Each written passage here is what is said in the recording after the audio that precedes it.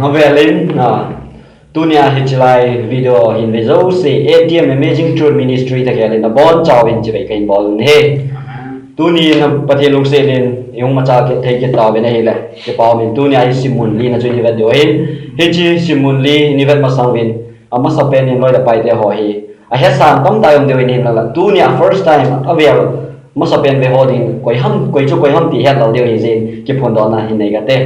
Chilaya koma tau hele evangelist Henry ho ke bahin abana ho hele ngamboy golang ngamboy ho ke bahin chukitin le kabei na nga ka kom chana tau hele evangelist Cowboy zo wai abana hele evangelist Zang boy ho ke bahin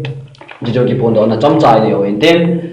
ipi hele ton athu ho zo se pathe na rin ke man pakai men tau nai nge tau te ha chung nung pe wanam ka pau pathe tuni Hichelai video hin ve ho zo sele in ho lim ding na cha ge ho zo si nei mong cha min tin na pan pinangai cha in min ngai pakai so stan kong tau bin he simun lina histu na hele pyam tu hafta sungai ni jel du cha hele do da na ki mai tu pi he athu pya na ki mong he hichen Israel bung thumapan bung gu koi na hele hin Pathin tasan mi te o hin thil pha bowling pathin ho in sa do ding a hin ngei to wa pathin ko na banga hung cha no le do da na government sarkar gam ne ho hen te do da na position ti a hin mu ai la hiti itabanga ki do wa ila iti hung ki pana ila iti su thap ding ham ti tu apta sungai bon chawa ni jil lu chai hen Israel bung se gi na chang kha nai ga la nai la Israel min hong ki pha ma sat na pen fan choi he hichi Israel Tuong ke pejun BC 457 kumenjun tuong ke pele hila kumsom la thum zo win BC 444 kumen amahin owin chum sa phading ong ki patin ai la tunia ai se diu che pe ham te la do da na hi iti hong ki pat ham ti na sai ta na hi cha ding in chun Israel bungli ina amon bible che wala Israel bungli chang kana pan chang a chone ve ta ve Judah Benjamin dinga me amaten so chan na ko na hung kile kit mi hon paka Israel pathin ding in howin khat asa pan taw ve ti azado phar ve ama wan Jerubabel apu apaw in sung phungu pa cheng se ahin nai lu vin ama ho za chun a sei taw ve ke ho zam nam ho to pang ho min hi chi howin sa hom chi na hiti zena mi tela ke hon zang nam ho bol bang banga nam ho pathin hi ko ho ba Israel yang pa Israel don kitipan hikom muna hin pui lut nawa hin pui lut new wa pada hichi pathi ni nga hi ke ho kithoya ke leijing zing ka hiu ve atiu ni he hi jo chang hana pan chang ni chan jo kai sin te iga bana he chen Jerusalem kul pi sa pa na ding pa ong ke pe hin asa padinga hong na wai akoma neighboring country avela ho chon ke ho jang nei pan sawin ti hi a hin sei ni la ga sum ga noi sim ki lo ja noya bible chang ho cho ipien sei ke tam tel anom po bi ne na Jeremy the anom po bi angai poi ke hon ki sa phat na wi ge ti bible chang ko na cho mu thein ei le ibola hi chi lai pat ta hi ibola daw ham ti a ji hi iga ba nai la second king na lang chang bung som na se gi na lang chi ga ba nai la hi cha ana chen kho mo hi milim ho nu pathin ho na ko na hung va lu pathin ho na religion to mo pathin ho na cho ahin cho hal dai ela he cha chon hung pang khaw le yam tina mo culture religion culture asa ko wa pathin ho na dan to ki tu lo wa sa ko so hin pulu thei diu ni na sa ta ki ven na khana na sai on he he je jem dunya gi he thei diu kha che bam ta he ta banga he do da na hung ki pana pathina dinga thil pha bo na hin nei dinga ai le hi che bangai lampi hoi pen hi pi ham tia hi la hen amo banga he ka ki pai a him la angai boy ti kha hen no anom si ne hi je pathina dinga lampi hoi pen kha chan hi ji second Corinthians bung gop na chun na hi chi ga bana hi la hen atham pin sei ma bangin ta san ki ba pi lo ki ti hi itina ma jang le ta san ki ba pi sa ngai aphat mo na tam za bai tun ta san ki ba pi lo alam zo na iga ga nai le yo Christian lion no mai pasal a hi lo la tam ta ki muin no pa chung chang hin hi chi ve ding a le ak pat na pen chun ha jing jang le wan phá đi hong chi lệ environment thì làm vela hui nun dan ho in hip gì với nhau pathina ko na din jang sang pathina ko nin ke paluna in nei ve hi jo jam them ya ni chi ana sei gì nin ten tunia ki do na ke patia hi sei do no mo je hele pathina ding a mi khanin hang san ta pathin nung zui ta nge tia he la he ki do na ke ti om jing ai chui chi ki do na ke ti he revelation tu pon lang bana hi chi dragon chu nu mai nu nau so ding nau cha cho val hum ding a goi ni ta sam hi mai gyal ding ala nang le ke ki do da nin ki gyal ama wang ki do na ke ti hi chi khat go me ni hi chu si le pha ki do lai a pha yo si cho pakaya hin tin james le khabu na sei a pha yo si pakaya hin pakai chong ki pa na he le a do ding chu om sa ji ngai tai ti chu he tim ta vin chu ki ta hi ta bang do da na hum ti ngai le hi chu la ya Israel holoi bang pathina ki nga ya hang santa ba kaliso new jo tu nei sei do na mo chen lang tu na ba nen monday le sona ding in na lo tevin monday na son chi ta ya ale ki pam he zingen brother zona ko in introduction le sunday lesson chu ki che ten ngai la tavin ting ta le ipat chum pi the diu ka ging chan ki jong ka phat chum pi le zingen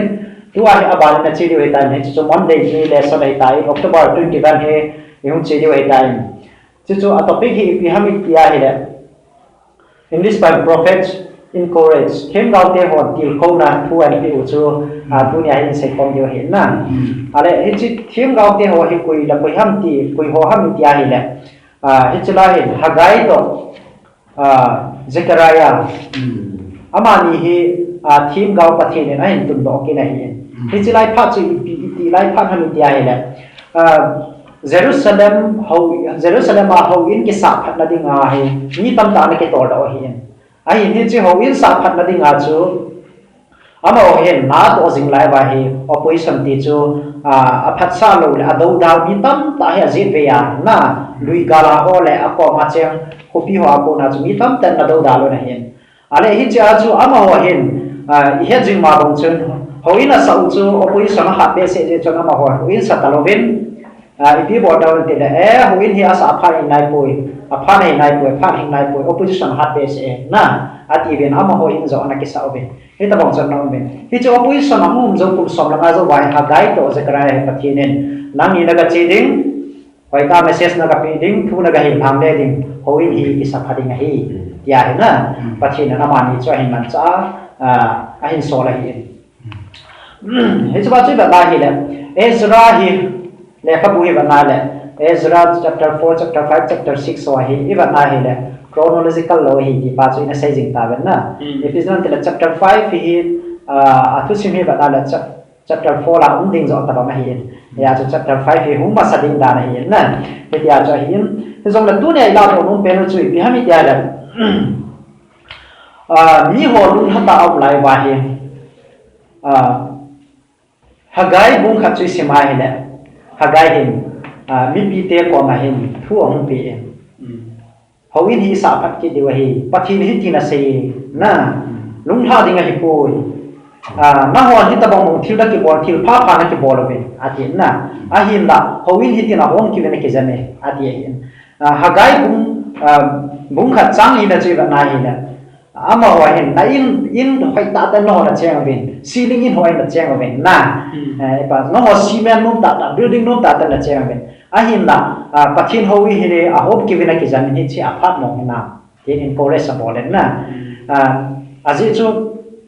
hit ta bang na bol lo pathin a ding a thil na bol na sa lo je ba hi pathin gam sungai phat the na jong i chan thei lo na chu ting ta le I ma cha hi productive thai lo aga ho jong thil ga ho jong ni to ning hin thai lo I ma chamo mo hi pi hin thai lo episode te la pathi hui na ki sa do lo ji ai na hi ya chu hui sa do ding chu mi him opposition ta bang ta la do da kam jong le pathin to gon chu pham ti le mi him opposition mei ai thei po en na mi him opposition mei ai thei po en pathin do da pathin na to kha chu pi ham ti le mi him te en bol mulso dinga ki pi ta ji wa chu lumtum na ta nei wa hi la pu na nei di wa hi hi chu pu na chu am hon mulso dinga go di wa hi a hi la am hon mul su ding lu kia ngai to ta po ven hi athasi jiu ven na chuting ta le mi ta bo itabong in ngai lu khat sun ga sai ding in ungam boy ga ki dong han la le na ngai lu ta ha ne na thil khat mul su ding a hi na sol na hi na da kam itabong na da lo le experience itabong na nei ka experience wang tu kan le yong di na wang tu pe tan ka ga lo pon nai ai wang nan ka ngai lu hon ai so na ka da ting lam ka da lam bang ka pon cái mà hát động man cái này hát động là chân thiếu cái dầu thì để các đồng chân gà xây dựng nhận là ido manu các đồng chân thiếu khát hin bò lên zana đồng chân zan khang dòng là các đâm bùi lâu nay cho bên tiền này cái chỉ riêng đâm na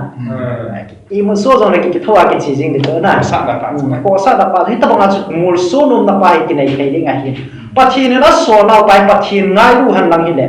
bắt hin purpose phải hay han lang hin lệ operation tập bằng hai dòng lệ tin lệ ha cái thua bằng đề hiện na cái chỉ ba thì luôn là tổng tiền tổng cả một điểm đó xin là sao anh ấy vẫn nói là bắt thiên hết này intention thì bị ham thế là bắt thiên luôn tập suy bị ham thế là mi hiểm thế rồi là ama ngày nãy anh ấy mà sát điều gì à hi hậu bu cho tuần đó nó mày thì bây giờ là hậu bu cho ông lo vào là bắt thiên chén thấy rồi bắt thiên cái mà các chén là đinh ama presence su ama hoàn anh ấy chặt thấy là điều ba cho bắt thiên hi lệ hành lang hi lệ thì bài anh ấy chặt thấy là điều bắt thiên là đấy anh ấy làm một chú nó tham nó quay lên na ama ho ding jing zo ana ki gyalo ben heta bang chun hin khona man ta ji chun ama phat chum na ding jing ana ke bo ta ji chun pathina na nu nei ta po in howin zong na sa do theta po gamu zong na ki do theta po nei na ai ni chiba ko na la do diu ne ka de yen in ko ba hi pathin hi ama sai ko ki nga hi le na thil hi do hin thei hi ti pa chiba ko ni zo do the ben amas sading imasat saloba anukha ading pa imasat sa ti ngai le ei mai kwa lo thin nam lo hi na amas sading chu pi hami tila pathil lung thaina i bol masati seek ye first the kingdom of god na amasan ama gam le chon na chawan masabin ti pa chu i ho him kwa i zil do thai diu pa cha hi na chu ba hi ama ho abui na lin pelu chu abui son ho sa na chu abui now in pen ka chu piam tila the bigger problem is the bigger problem was their uncommitted hearts na opposition do da la ho sang cho abui zo chu kam tela amo pathin ngai lu na ta nei lo wa akipi do lo na pau cha hi na e ja chu tu nia hi pathin na christian ki han lang hi zong le pathin ngai na ta i nei lo wa hi le na e chu tu Israel mi te ho in sap alwa ma ta bang chi hi na je chu tu nai je lo the cái bao mà mày ha sor cha pu sa cha pu jang boya ko nin pathi na khana ko ding chung chang ni zil bi nei la til khat ka gyal lo kha chu piam te la mi tam da in boi na ka nei ha san na ka nei ti i sei lai win chu ti chi i boi nau chu i boi nau he pun i lung thi ma pathi ngai na ta tai nei lo pau i boi na zo nei ji nei la ni chi ai mi yo che ki boi ya to sap te thu chi khani ni ti na sei ni na boi na chu na vet lai cha na boi na chu lin che ding ya chu boi na iza ni lo na boi na chu krista sang in adin so boi ti thu chi khat omen ya chu to mi tam tan boi na pi lever dung ja boi na ki nei che ti ta bang boi na ti ngai la boi na lo wa krista che ve ting la hi chi boi na chu seeking first ama sa na ma leng gam le chon phan na in ho te la boi na chu boi na hong bang lo ite na ni ke pau ma mai tu na ba nin Tuesday le sana ding golang ngam boy na piwite ale ki pamen Tuesday ni lesson ani lut ki ta ten Tuesday ni lesson a tu apply na jil ding choi hi le na to ki tam na to ki tim hi ding hi na to picture ji Israel bung li chang gu ma pa na chang som ni le chana ki mu na chu tieng jong le bung li chang som ni le thum som ni le di cha jong na ki mu ki na na azwa Monday lesson ai ni ve davin na to chon ni ki tangin a hin la thiam gao ni in an til kho ki chi thiam gao te ni la til kho wangin je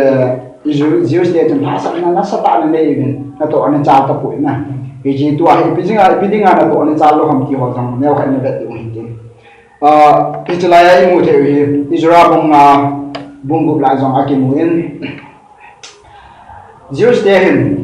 Jerusalem kulpi sa do na dinga hi Cyrus lempa kuna 538 belai degree ni mu na itlaya Jerusalem sa do dinga ahung do wa pa hin kim bela wa ko i ma cha lum thai ko na pa se na ma su ko na ding bo hin na tong tong jing ye chun le kha he lempa he be lempa na thom ju hin na aje cho ma jong ba bi lempa ko mo ngan changa o mi ji win Jews de Jerusalem ong ki sa do Jerusalem kul pi ong ki tun do nge nya hi le amo masanga ni hat na cha hesu ke na Jerusalem kul pi hi Jerusalem Jews de hi pi ti ha mi akim vela leng te dinga hi mi phalo ta hi na aji cho moi patin pan pi zo a cham o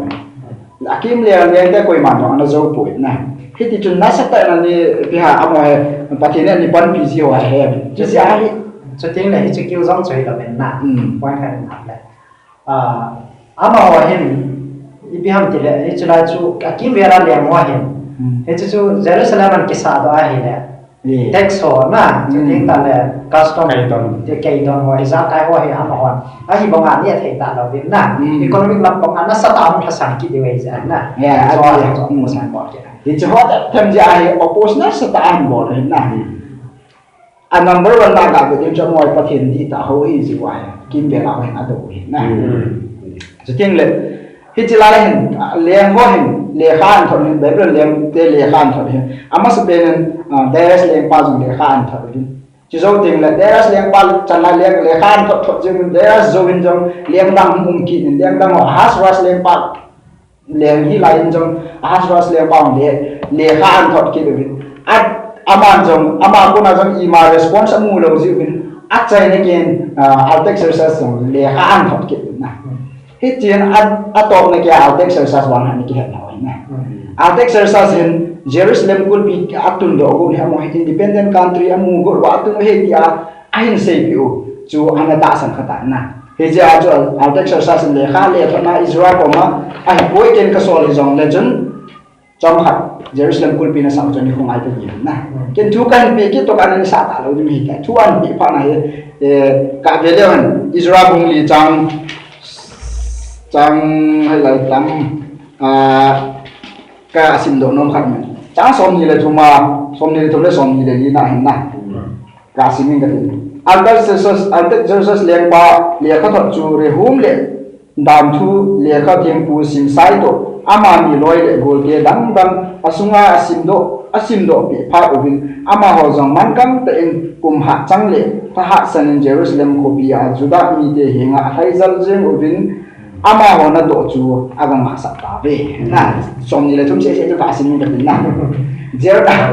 a Texas le ka am pha wa no hang san ta masanga ta kha ma kha wa kham zo ro e chu ba bin le ba chu sa ma hi ji ku chen na ana su je ma la lempa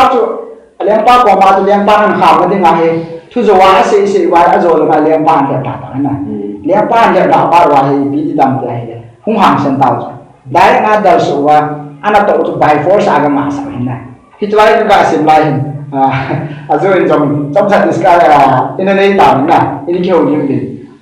các ngai ka gel do khan me ho gam so ma jong hi ta bang thil pa kilo yo jong an yum ji na ma sang ja ma chun Sunday ni le masang apa Sunday ni le hin dukan ho ka hana ti ni tam ta ani boy pi na ai la ka ta thei pon ke kha lo abang la hi ti chun an yum man yum jing a zo ne government la kon ADCO kan le khan yo ka an the lu le mi yo sin ti cho han san nan le ko he pa lo pi me zo ho ki san dong ta me pe bo pi ti ya cho ni su hai by force ani su hai thi na ama sana tu pia lam kai ra ko ni thu bin ma ko ma nya so ni chita ma hai ka ga gial do na je ama wa han san dan cho ni na is ta ma ka cho ni ham san ni la ni su boy pi wa la aban na cha ke ta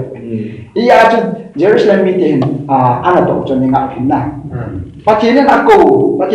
hi Jerusalem kul pi sa do ni nga ako cho ke he ma je ma ai ban la hi opposition mu pha na mo hi angam ta po na asa do ngam ta po ako na wa cha mo ni la da ni cha ai lo le patinin ai ko na hi ai ko ta hi ai le amai alam pi ai mu sa di mu hin ai lo ai le ai ko ta hi ai amai na hin bo na ni ấy rồi lại tu hi apa hi nai rồi hi mai thiên thì ít chi mặt vào rồi hi mai thiên thì cái ngày tổ xịn này là bảo hình là tổ cho nên ngàn này không ai chỉ là cái là tổ thì và thiên này ấy cổ tiếng vài đấy đi tâm tạ tu lại cái mà testimony này mai thiên na và thiên này cổ là tổ nó evangelist tâm tạ rồi là pastor tâm tạ trong hai sầm nan ini kan hum gì và thiên này cổ cái mà hi vàng hai sầm nan này mi tâm tạ mình chỉ là tại phèm thế này Satan yang nak tu apa cina, dia cakap nak tu ihai je isu rumah dah ni dia cakap tu tampan boleh tinggal ada, ke kau tak tahu kalau hidup le, kaki pat faham kaki pat dia ham cai tak time sun bija kina haji na, cila example kan yang zon dong tu, Yesus Kristus yang patien cap ahai tak, na Satan saya bang, aci dia kau ni, Yesus Kristus yang tahu hendak kan na, Satan yang cuma tahu ni orang yang kumpul na, itu tak bang zon kumpul tu ni kuai orang zon. Patien ấy cùng nào ấy đồ lệ patien để hiện tại cổ độ nào thiên lâu cũng là ấy cổ độ nào biếng thả thì là biếng thả ra cái xiên thả ra để nó tổ vậy ta tông đừng patien luôn cái nào đừng ấy cổ độ nào như thế này hiện là lấy sự chúng ta ta giả lắm của mình là government aku na insung aku na ho sung aku na ho bung aku na ấy đồ lệ society aku na ấy đồ household aku na cái nào đâu nó giả của mình này itu hozo sih itu tiếng wahai le Bible trang khadi gia lo dengan Joshua bung khat trang ko na hari nang hangin ke ban ka solo ana bo ham ti bangai na hang san tai pon jigu patin e ko hin patin e pan pi e ti i gia lo jing lo wahai le jela Jerusalem ne Jews de bangai e hon jang opposition ong ke ngale patin i da kha ke patin chi igin jan lal mai kha ke hi ji ging chala lo hi hang san tan pong tu sang tu chung le sana ko nai jing do te ka ga se an lang ki pa e cái báo hoa mày tôi đây là sana ko ni ngày nôm ta là diệu đó ding tam ta cho ko lang ngom wa ko ni diệu ta le nên ra thiếu cái ga ga lo kharung ki ni nên tu sima cho đi mo ni chi leng te ho chun le kha hin ja ga khamu bin te ala hang san na ki la we ni ala tu ne Christian nang le ke hi chi leng ho hin tum do leng ban ka so lo wa na ngai to ha amen na Matthew so mi la ge da chai na chang so mi a chen bi sen và nói cái chạy chân cái công việc này hiểu về thế là lại này chút thì ai lại chỉ liang ho hiện tung độ và nói là liang ho hiện tung độ liang nhau cho cháu thu bì là hàng sân này thì vài đấy ý đi ngào vào là đấy sẽ xem ba yếu cho hàng sân này rồi thì mà na thì cho tôi này phải yếu thì cho nên sẽ bỏ mồm này hết tôi là bà lên Wednesday lesson à cô làm cả boy mà cô đang ngày là tao về ole cái bảo mình nói thì apa nên point hoi ta ina zil do ta vin ina za ta vin to hi abanin vet kid ding chu hi le ne mai na to pa ti chu hung hi ding hi na he tin khal hi azol ha pra ina sim wa pra he do kham chu thil neu cha karo men na pathin mi te hin kwa hin do na tai mo na ki ti hi aum zinge ti ki chin na ki mu the ne hi chi pathin mi te ding a hi na to ki he chin khat dum chu hi na hi to abana in vet kid ding Wednesday lesson a chu even kid ding chu hi le Nehemiah in not opat chuai. Ipi not opat hamit yare. Akin vero ma kona dona ho hongmin. Hichi dona ho akona opposition ho akona hi ipiti ki vendo a chule amar alite hi ito bangana to opat sa hamti ina vetchin diwa hin na. Nga ve chana dingin Nehemiah lam kai no ya Israel chate hin. Khopien ki sa thawwa hoin ki sa thawwa hita nan to na bai. Akin vero ma cheng ho ka ve chana dingin sanbarat chi Samaria dinga governor hin na. Chule Tobiah hi amon governor hi kirin chule Geshem ho hi in hi choi north east south hi ta hi achung aloya pana ya kim dero ba hi iti se ha agal te ngin chang hi ben na bailam ta het jing the khat chu Jerusalem hi galte hin agal te hin kim ver jo ve ti ki mu chen the ne hi chila hin opposition do na hi achang lo wa tu ri jo ki mu the ne na a hin la hi cho zo se hin tai mo na le dona hong pan Nehemiah pi se ha mi te I pathirun ei sat pi jing galai sat pi jing jing lu heti ana til ho jing jing nai chikeu se lo bin na ipiti na to an parbo mi dai le Nehemiah hin ama sipai ho hi ake khari na tong sa in ake khari defense na gadin sa na hi choi ipiti se be ki dang Nehemiah se na hin alangkan ganon cha tim cha ho le thal pi ho ki choi ben alangkan hin kopi sa ding bricks ho na che ho ki choi be ti nei hi chita bang pan Allah wa hin chikeu se lo bin piti se dia agarte la oba cheng juda mi tam ta lo min hi choi ahung jivin hewa ko mahin a plan ho na tam tai sei bi jivin hi bibola plan ne ham ai chi agarte bin Jerusalem Jerusalem cheng pathian cha te hi pathian hing ta wa hi bin akhang hi atu siman he don na pathian thil bor thei dan hi choi ran he to pe wa ya chu ti za lung ta ki cha si wa ahung khan to ding chu na hi chu ta ba pathian cha te do na tu jing lai wa hin ne mai mi te ki ko sa dan mu thei cha azol ai mu chen ta ben na ga ben sa ding in chang som ni la thum langa hin i pi se ki ram ne mai bung li chang som ni la thum hin ne mai an ta se cho jingka apana khoba je jingka apan ni rum chan ge jin ka som kholo ka su do po ve ti cho hi jin pi ba chana pha si a hi ready sa ki man sa jing jing hi dan noi a sei chin na chi ke se lo ben na to wa jong le a si za na a si hu su chan ge jin na to mo ben na to au ben chole god city god om ki ben hi chi ke se lo ben Nehemiah ami te chule asepai ho hi cha Nehemiah bungli chang sa thuma hin khabe ga asemutin na ipiti anaki ven sam bungli chang sa thumna hin tin se ne hi hi jun ken jong pal tom langa atong dom nai pen ta mun lem do khana hin mi pi chu ama in sung la dung zui che in kabul to so ke jin chemzam le tin cha chule thalpi ka pesuk ta ti ne ama clans dung zui ya e apung dung zui ya din sa chule tin cha thalpi api ne na pathin cha ti adinga hi ipoi bo to hi armor hi ne ki ven na hi ju na polin efisi bung gu cha so le lenga na se na chon din om po chule thuta konga na tin ki pan do pa kem chok na ki si ti na chule chikeu se lo ba mel mo pa se ta na ko na mei thal chang ho i do no ni ba hi ta san lum ati nai ne ma na mi te hi thi lum pho akibu sa aki as again na hi chi ta ba pathin mi te gar chole opposition is on the ba hi chi chu bible ko na ki chen tai mu the ki re ga pe chen so cha te bung so jong peter rang hi so ko la aumin va dira ko ren dingin lang na so khol ki ai chule na bel chu na kong ga chu ki ga in chi ke sa se be khri pham na kem chu ki pui pathin mi ti adi nga thim zo se ready sayum now hi ga zo na ha hi nei pathin cha ti adi he ding poi mo ta kha chu pi ham hi chi Nehemiah story sin ma ko na he the ha chu ki tai mo ki den to ami ha ga rom din mun kai ru sa na hi ki til kho jing jing ding hi ki chin da mu sa be nai ai chu is Nehemiah ami te hi chi ta ba do ra sa ta hun lai alung ne point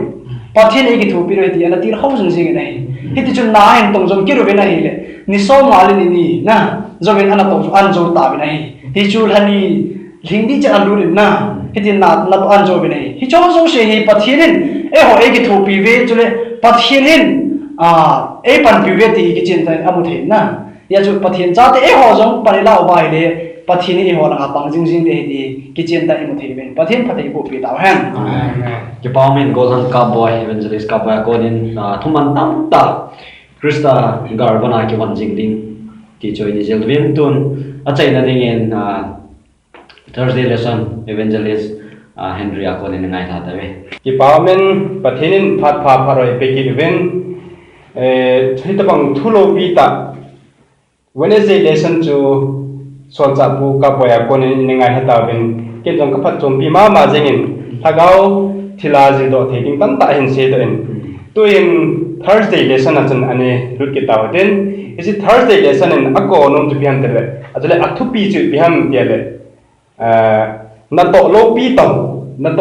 ta tong ti hi hen hi chai bana le Nehemiah bungu chang khana pana chang son na thung jan chu isima le thel dam ta ji do ding lai ti kain se ni mo ina ko so ke ta na slai ji do du chu bihan ti le ama su pen sei leng Nehemiah bungu na ji be na le Nehemiah a hin hu tu mi tam ta asu boi tu thel dam ta en sei do na cha chun one sei lesson a jong evangelist ka poinan setan Sanballat Gesen le Tobia atiham na hiso chun nasata ahin ko le anak ko asuboi tu pandang dong ahin sei dai aba jiga banala เฮจนเฮตบังนัตโตโลปีตาโลเลเฮจิโฮบุโลเลเยรูซาเล็มกุลปีสาโตดิ้งพัดนัสตาอันบอยปีไลตาอินอันสาไลตาอินเฮจิเกสซันบัลเลเกสันกิเลโตเบียเห็นนัสตาอินสุบอยเลดิ้งทูอันบอลินเฮจูสุสิตเตเตริงที่นัตโตจุสุตังเตเตริงที่โตคนอามาจ้าที่ลงนั่นเองอาจูเก็บบ้ามีอามาจ้าที่ลงที่งานโตคนอันนี้คือจนโอโนภัยจะมาให้เกี่ยวโตดิ่งดิ่งนะไม่ได้เป็นอะไรเกี่ยวโตดิ่งดิ่งทุกปีอันนี้ไปคือจนเนี่ยมายาจูเลขาทัดอันอามาสุดโตเลยหัวนะจูเลขาอันทัดไปคือจนเลขาอันทัดดิ่งเนี่ยมายาจูหงดิ่งที่จะเอาโน้ภัยจะมาไว้ได้เป็นหมุนขนาดจะเกี่ยวข้องนั่นนี่ที่อามาฉันอัตโตบุญจะเห็นนะที่จูเลขาห้องที่ถอดจนเนี่ยมายา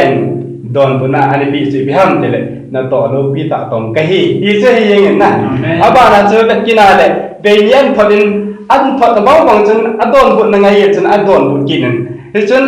อัดทุ่มเบนันจนอันถอดกินอันนี้เบนันที่ถอดจนอัดโดนบุญนี่จะโดนบุญอังอาวินนั่งบางจนเยสันเลยฮิจิสันบาลจนอาหุ่นเขียวตัวนี่เลขาอันถอดกินนั่นนะไอ้จนเลขาอันที่ถอดจนอดีอาเยสันจนสันบาลจน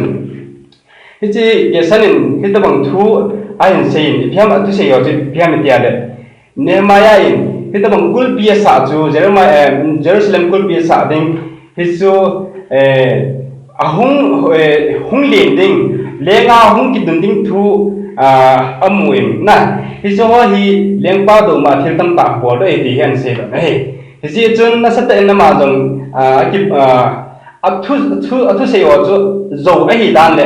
ดูฮาแค่ไอฮิดานหัวสนัสเตนไอเสียเฮ้แค่ไอเป็นอะไรเนมายาหินคุตุบิสันเบลเกสันจะเด็ดตัวเบียกิที่ว่าเฮ้ไอหินฮิจูกิโคจิวส์หัวจูพิมจิวส์มีเดนัตโตจูสุตานดิ้งพาจูพิมเดลฮิจิสันเบลตัวเบียเลเกสันจนฮิจิเยรูซาเล็มกุลปีอะไรเลยเกี่ยวกับหัวสาโตดิ้งพักกับสมบูรณ์สุบุญดิ้งพักอันนี้เห็นนะอิสราเอลก็สิ่งนั้นจะเพียงเดียวเสด็จจงนาประเทศมีเดียสุเสดิ้งอากติงเลยประเทศพักติดเนี่ยพักจงขัดอันปีนะตัวไอ้เสด็จเลี้ยงกำลังจีจริงเลยเสด็จนั่นสถานะโตพาเลยนะที่ตัวพาดองอิสราเอลยังสิ่งต่อที่ก็ได้เห็นอิสราเอลก็มินพาเบนองจะเพียงเดียวเลสิจงอะไรเห็นก็มินพานองจะเลสิละมาให้กับไงตัวนี้จนเนมายาจูเลี้ยงปลานะที่จะเลี้ยงปลาโลปิตาอันนั้นตัวนั้นจะเลี้ยงปลาจูไฮดงขัดจะเห็นนะที่จะจูไฮดงขัดเห็นจะเลสินาตัวผักจมในตากันเห็นจะเลยกิเลสซาบิมตากันเห็นหลังขนาดฮักเอาละมาจิกะไงตัวกินอะไรเลยพิหารที่เลยที่จะบานวยที่ไงเฮ็ดคำนาโตเยรูซาเล็มกุลปีศาจนะอาศิสาสัตนะจุฮิโลฮัมนะยิ่งสุดคนงานลงมีแต่บางวันอามุที่ไอเฮ็ดที่ขนาดนั่นต้องขัดต้องใจที่ยังมุจิขนาดนี้นะเฮ้ปฏิทินมีที่อันนี้เราลำไก่ขนาดเสียตันที่จู่เต็กจะไว้เด็ดอาเจ้าไอ้ปฏิทินมีที่อาจารย์ที่นั่นต้องจับตลอดนึงนะยังเสียน่ากี่บ้ามั้ยที่อาจูคุบีจิมซาเลศิสาสัตว์นั่นดิ่งน่าอัตโตอ่ะนะจะเลยที่จู่บางวันดิ่งบิฮัมเฮ็ดคำจำอาฮิดานจูตาลังเงินนะฮิจูอามันฮิจูตาเฉยเนื้อมายาบุ้งกุบสังทุมาเสเป็นอะไรนั่นโตโลปีตาตรงกันที่นั่นบาสนะแล้วก็เรามาดิ้งอาจงฮูบุสาโตนะตาสละมาดิ้งอาจงฮูบีขัดหินอาศิสาขัดเลี้ยสาโตปิดเลี้ยตุนโตกิจช่วยเห็นจะแล้วบานากับอีกอาจีสุเลยปฏิทินฮูบุนั่นโตอภูโตจงจุนเทียมปูโหนะ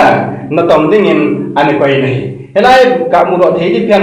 จีเพียงเท่าเลยมีหอนึงที่มาหูบูจูเทียงเสียตาเลยจำกินเสร็จเลยจมเบะอาองที่นั่นดิ้งจูตาดังยังไงหูบูจูน่ะอาทินดันจูมีเห็นเต็นอาซาดิ้งดันจูตาดังยังไงจังเลยเฮ้ยจูปฏิทินอิสราเอลที่ปันปีนะคิดถูกปีนะจีเพียงเท่าเลยหูบูสุงาหูบูจูอาซาอุบานะจานาเนบะจานาเนตาอัลลูอุบะปะทินอาโหดิเจเสียดอนไม่นะยันเนมาเองหูบุ pulang hobu mai langa chu mi pi te ding a hi dan le hobu sung chu thim pu ho ding a hi dan na am ho ding a hi lo dan jong chu a he nai na hi chun na satan ching the tan na tong na hi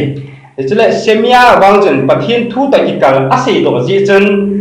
thim gao hem a hi na chu ama la ma a ki phum te thim gao hem hi na chu na zong le mi hem ha hi dan chu ama la ma a ki su sa le ti na chai ka na do nun chu biam ti le e hon na i to jiu hi pathin na i to jiu lo pi ta ta ho hi le si thilin na satan khet na hum ki chu ji na to lo pi ta tong i hi dan hi ani khai me ji na adia so cha te ho le pathin kha cha ho ding na sta ka si lo nun chu biam ti le na to lo pi ta leng ban ha chung num leng pa e hon jesu krista na tong i hi dan hi a phum do en ya chu na tong pha tong na to lo pi ta tong hi hi ne ma ya na ni sei ki ta banga chi hon dam na tong lo pi ta ki thi ki to ding wa chi lesson kan ro to nom so he ka ki pa ki pa ma mai Thursday lesson evangelist Andrea kona ngai no mom ta le ta sa jil do thei le lagaw ma khan do pi thei in sei pi na ma chung an ki pa thu sei ne a chai na ding in piam tia le he chi tu chung ngai si mo no jo do na ki mai to pi ke ti ne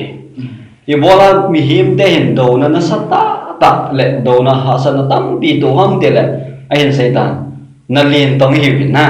na lin i to la chu i do nang chu lin ding ai hi chi na lin tong a do na lin tong ho chun i piam ta ibola hi chi ina to wi lin ham ti hi neo ka ga sai la sai ding tam tam jang la poi le kala do no me ne i pi zi ham ti hi Christian van gama population tam sa dingan na tong dingan ang lagay ko chi he jing de hiya chu Peter le khabun no ho hi thim pu chi nan tham chu ngai ve te na ya chu dunya nangin kana to hi na lo pi hi ti na gya lo lo lai sia chu van gama population chu tam lo le ngai ya chu Christian nung zui ho zo se hi van gama population tam sa ding ai ko he ti yang he tawin chu le chai na ding in ananga jing bin lang akina tai sim diwi ano ma ang nom ding ai simun nga nai lu ta wen hi chen te la hagau dan su ke ki ti jong jang hin thanom tai ni jeng ki ti ngai hin ananga jeng mi lang no sa na sim nom wa he la hi chi contact ki pia he avela ai contact over book yang inai nom wa le ni jing le ti se do the wen lang ave yo se pakai patai bo ti ta han